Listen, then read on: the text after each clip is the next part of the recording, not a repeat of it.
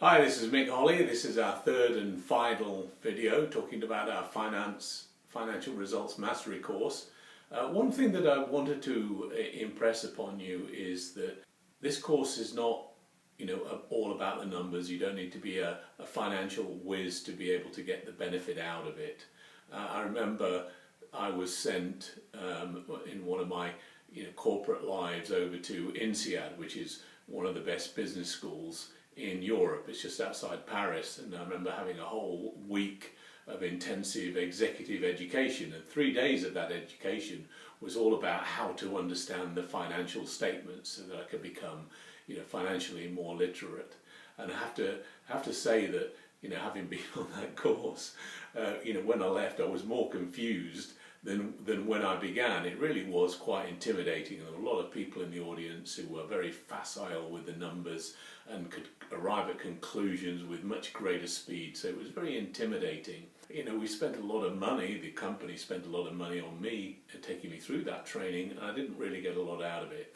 Now, what we're doing with our course is we're taking the numbers out of it, we're talking about meaning, we're talking about how we can help you connect that to business improvement and to projects. So I just wanted to take that out of it, because what we're going to reveal in today's video is that this tool can be used to dig very deeply into an organization. So we're going to give you an example. One of our fellow instructors, Andre Geen, is going to take you through some of that material and show you the power of the treasure map methodology and also some of the software technology that would enable and support that. So it's designed to really tell you that there's a lot of power in this approach, but I don't want you to become intimidated by that if it goes too deep. And then once we've gone through our brief video, we're going to give you some headlines on the course and how you can sign up.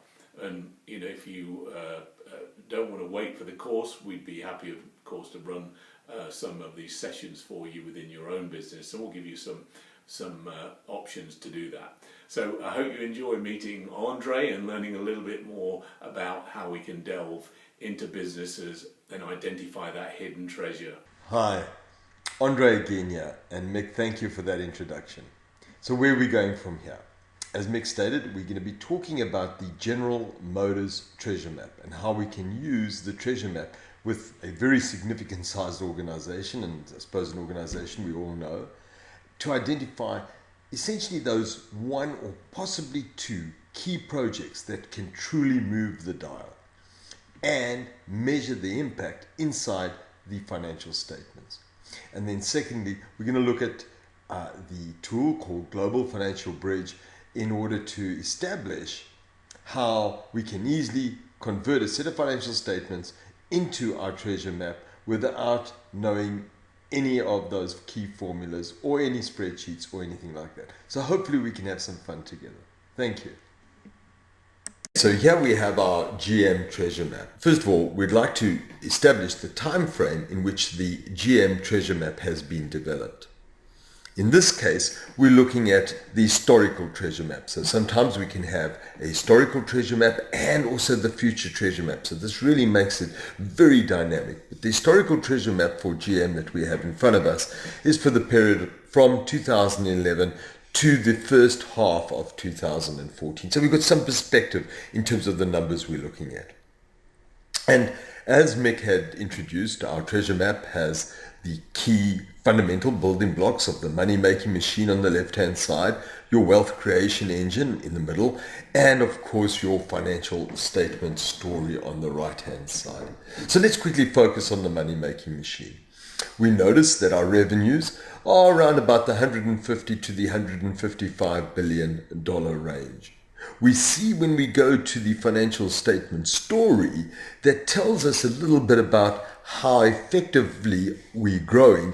We notice that there is a slight decline in growth rate, specifically towards the most recent period of time where our growth has gone from about 2% to negative 1.3%. Automatically, what that tells us in our chapter 2, being all about how we create superior profitability, we see the sensitivity in relation to our revenue growth and the ability for us to convert that growth, be it up or down, into superior profitability. So we noticed that this last half, where our growth rate had declined by about 1.3%, reduced our profitability from 3 cents in the revenue dollar to 2 cents. So automatically about a third of our profit has been destroyed in relation to that revenue growth. Now that would automatically provide us with some real clues. We notice that our revenues, although increasing slightly, are producing margin destruction. So that's one of the key clues that we have there. So from a project viewpoint, automatically, if we can change this trend just towards what we have already been achieved, our margin restoration is worth $1.56 billion of improvement. Within a very short space of time, we have a way to establish a foundation for a very significant project. Going back to our money-making machines, with a little bit of further investigation, we noticed that the components of this revenue related to the auto division and the finance division. The auto division had a 2% decline in revenue, and our finance division had a 15% increase in revenue. So whenever you see these mix in terms of what are the key components of our revenue and our growth rate, you see two things. One, how we maintain that finance revenue growth rate. So that is all about that ability to maintain that. At the same time, of course, we need to see how these revenues are being translated towards our gross profits. And what we notice from our gross profit is that our gross profits are a little bit in the erratic side, peaking at about just a little bit over 13 cents in the revenue dollar, declining to 11 cents in the revenue dollar in the most recent period of time. Back to our relationship between growth and converting growth into superior profitabilities. The key thing there is achieving this margin restoration, delivering $1.56 billion of profit improvement through that project. We also see two things happening from a cost structure viewpoint. So not only do we understand a little bit about what's happened with our margins, but we notice with relation to our operating costs, our auto operating costs have actually declined significantly. So even though our growth rate in the auto area has gone down by 2%, our actual operating cost has declined by 13%. Yet, the benefit that we've got from these additional finance revenues have been pretty much dissipated by the increase in the finance operating expenses. So we increase our revenues by 15%, but at the same time, our operating expenses have increased by 18%. So there is automatically a little bit of a dysfunction. So from a project viewpoint, what are we wanting to determine? How do we grow without increasing our operating costs by the same degree as our growth rate, so we can get that extra benefit flowing straight to our operating profit, or our EBIT, our earnings before interest and tax. And what we see when we look at this earnings before interest and tax, we've actually had a 50% decline in our profitability during the first half. A fair amount of dynamics happening there, automatically being established through the first two chapters of our financial statement story. We notice a declining growth rate and a fairly significant decline in our profitability. Moving into our wealth creation engine, we also understand a couple of things that have happened here. From a working capital viewpoint, we do notice that our average receivable days have gone from about 54 to 52. So there's been a nice decline in the receivable environment. What we also found out about this is that by a little bit more digging, we noticed that 74% of our dealer receivables are with poor or worse category dealers. We're getting an improvement in our receivables, yet there is a degree of risk that is sitting there. So from a project viewpoint, of course, what we want to do is we want to work towards minimizing that risk. We notice from our cash environment that we've used $14 billion of cash that has been created. So we've actually been reasonably good at creating cash, and that once again gets established in our chapter 4, that shows that we've had healthy cash flow and we've used $14 billion to reduce debt. What we want to now do is to think about the chapter 5 in our story, which is a little bit about our returns. And as you can see, how are we creating value? And this is all about the return on the invested dollar. Remember, we call this our ROCE, or return on capital employed. The key component of why our return on that invested dollar has declined is because of our poor performance in our income statement or our money-making machine. The money-making machine has been the key reason why we have destroyed value as such. So this moves us really towards some of the key elements in relation to our treasure that we're going to focus on, and essentially from our viewpoint, what we really think is the big gorilla in the room as such, and that is all related to margin restoration. And that margin restoration, if we can only get it towards the margins that have been achieved, there is a $1.56 billion benefit to be derived. Okay, we don't want to go and bore you with the whole integrated discussion around the treasure map. This gives you a little bit of a feel for how the treasure map can be used in order to identify your next key project. At this point, there may be a little bit of apprehension. How do I establish my formulas? Where do I get the data? Do I need intensive spreadsheets in order to achieve this? These are various barriers that we may have in order to get to the true benefit that we would get from the treasure map. And that's why we'd like to introduce to you the SBTI Financial Performance Management Tool, which allows you to simply take your financials, key in very few numbers, and get all the key elements that you require in order to populate the treasure map. And I'm going to take a few minutes just to give you a quick overview of the tool. So once we've done that, what do we have? We have the capability of the treasure map, using that as a powerful communication tool with the ability to have all that sort of hard grunt work done for us. Well, hello, Andre again. This time we're talking about the SBTI Financial Statement Performance Tool, known as Global Financial Bridge. This takes away all the complexities that we require in order to populate our treasure map. No more requirement for what formulas do we need to use, when do we need to use it, do we have to establish fairly sophisticated spreadsheets, etc. It's all done within this tool. Our starting point is the one-page financial statement scorecard.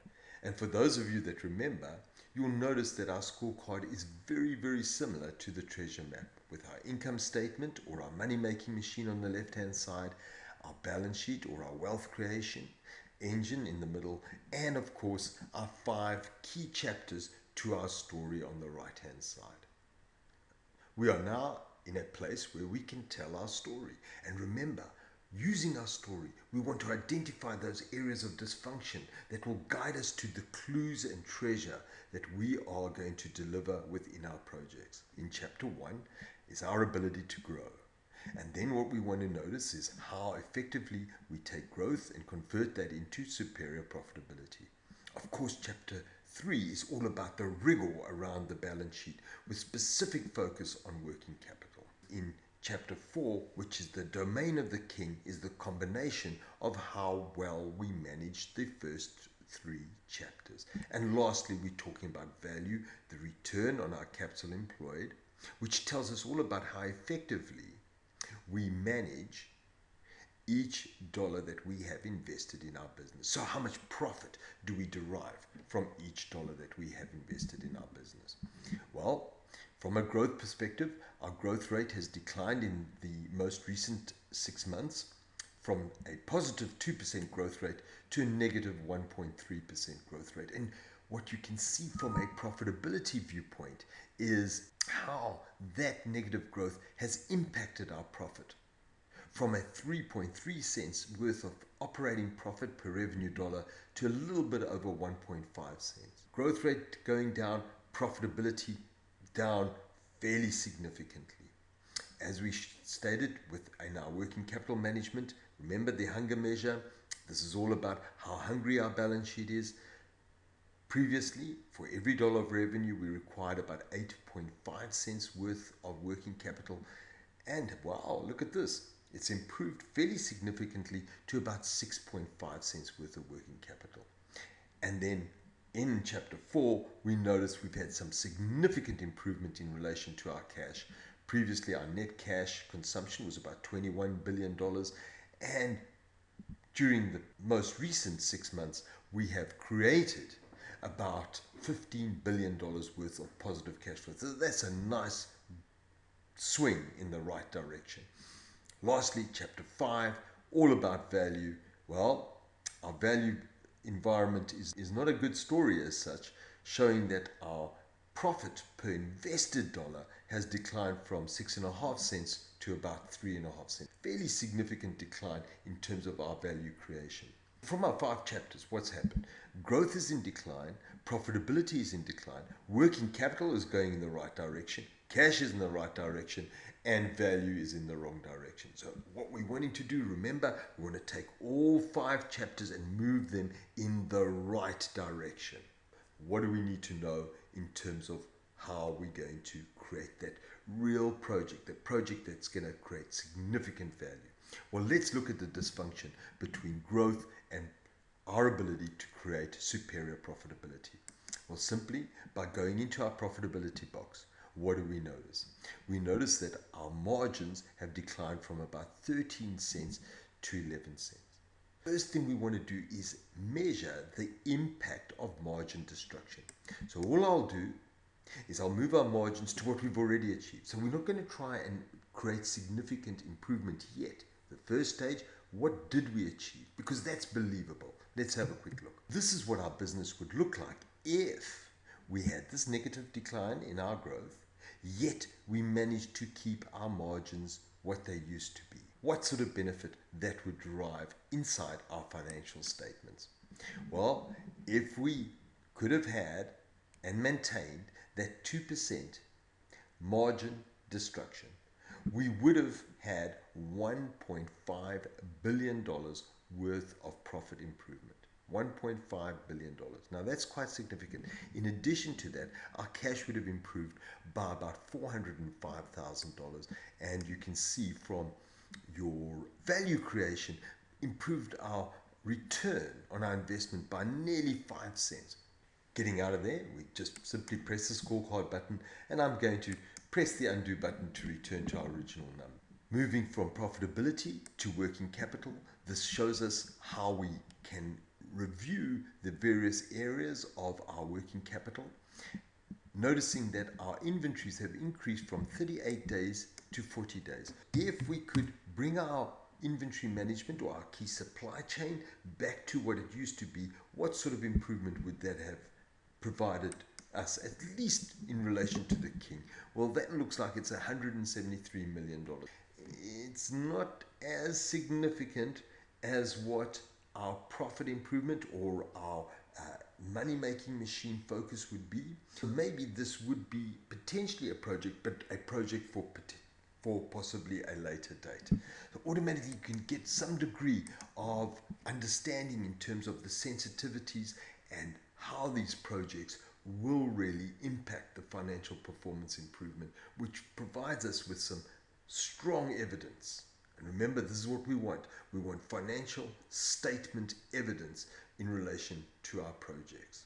Hopefully, that's given you a little bit of a taste, very small taste, as to what's coming in terms of your financial results mastery course. At SBTI, we are very excited about this because we've noticed that there is a significant demand. I think we're going to all have a lot of fun, and hopefully we're going to see you soon. Well, thank you, Andre, for that demonstration.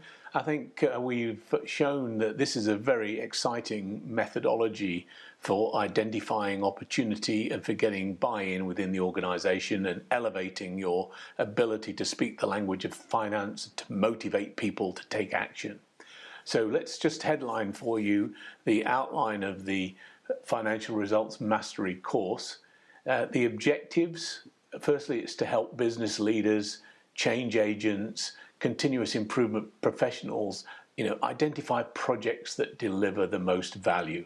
That's the most critical thing that we've seen in our 17-year history is selecting the right projects and having a tight linkage between the projects and the financial statements will help you do that. Secondly, we're going to show how those projects link to the financial statements, specifically how they generate higher revenues, greater profitability, and predictable and sustainable cash flows. We're going to teach you the treasure map methodology so that you can actually get people excited, garner support and engagement for more meaningful, more significant projects. Once we get people to understand this causal linkage between the projects and the financial statements, what we find is that the adoption rate of those projects goes up enormously because people believe in them, you get executive support, and people stay the course until those improvements are embedded within the fabric of the organization. And lastly, you'll become fluent in the language of finance, and that will improve your change management and leadership skills and help you with many of the activities and strategic initiatives in your career within the organization. Now, in terms of the overview of the course, it's going to be held over 3 days in our training center in San Marcos, Texas. It's going to be highly interactive. It's going to be a lot of fun. And you won't need a Boolean logic calculator. This is not about a bunch of numbers and a bunch of spreadsheets and a ton of calculations. This is all about the power of story, the power of meaning, getting behind the numbers to create compelling calls to action so that your organization will launch projects and sustain projects that will ultimately manifest in huge performances in financial and operating outcomes. So we're going to introduce the treasure map itself and the methodology. We're going to teach you about the basic building blocks of the financial statements, really, really powerful, really easy way to understand and navigate the statements. We're going to look at the balance between top line and bottom line projects, and we'll show, using those basic building blocks, the difference between having top line projects and bottom line projects. So having a balance of those in your portfolio is important. Then we're going to go through a case study where you'll be taking a company example, and we'll help you work through and develop the 5 chapters of the story to understand what's behind that company and where those opportunities will exist. And there'll be as many as 3 groups of 6 people in the session, so you're going to get some real insight from other people, and you'll be working together in teams, so there'll be a lot of situational learning. And then we're going to show how to create that causal link between your projects and powerful financial outcomes. Then we're going to have a second case study where you'll build the treasure map in a little bit more detail, and we'll have some interactive presentations. That'll be a lot of fun. And lastly, we'll give you some tips on how you can now take this methodology and this approach into your own organization in a very simple but powerful way to elevate your Lean Sigma or continuous improvement efforts. So if you look further onto this page, you'll see a link for the course and the course dates. We'd love to see you on the course. We think this is going to make a big difference and add to your portfolio of skills.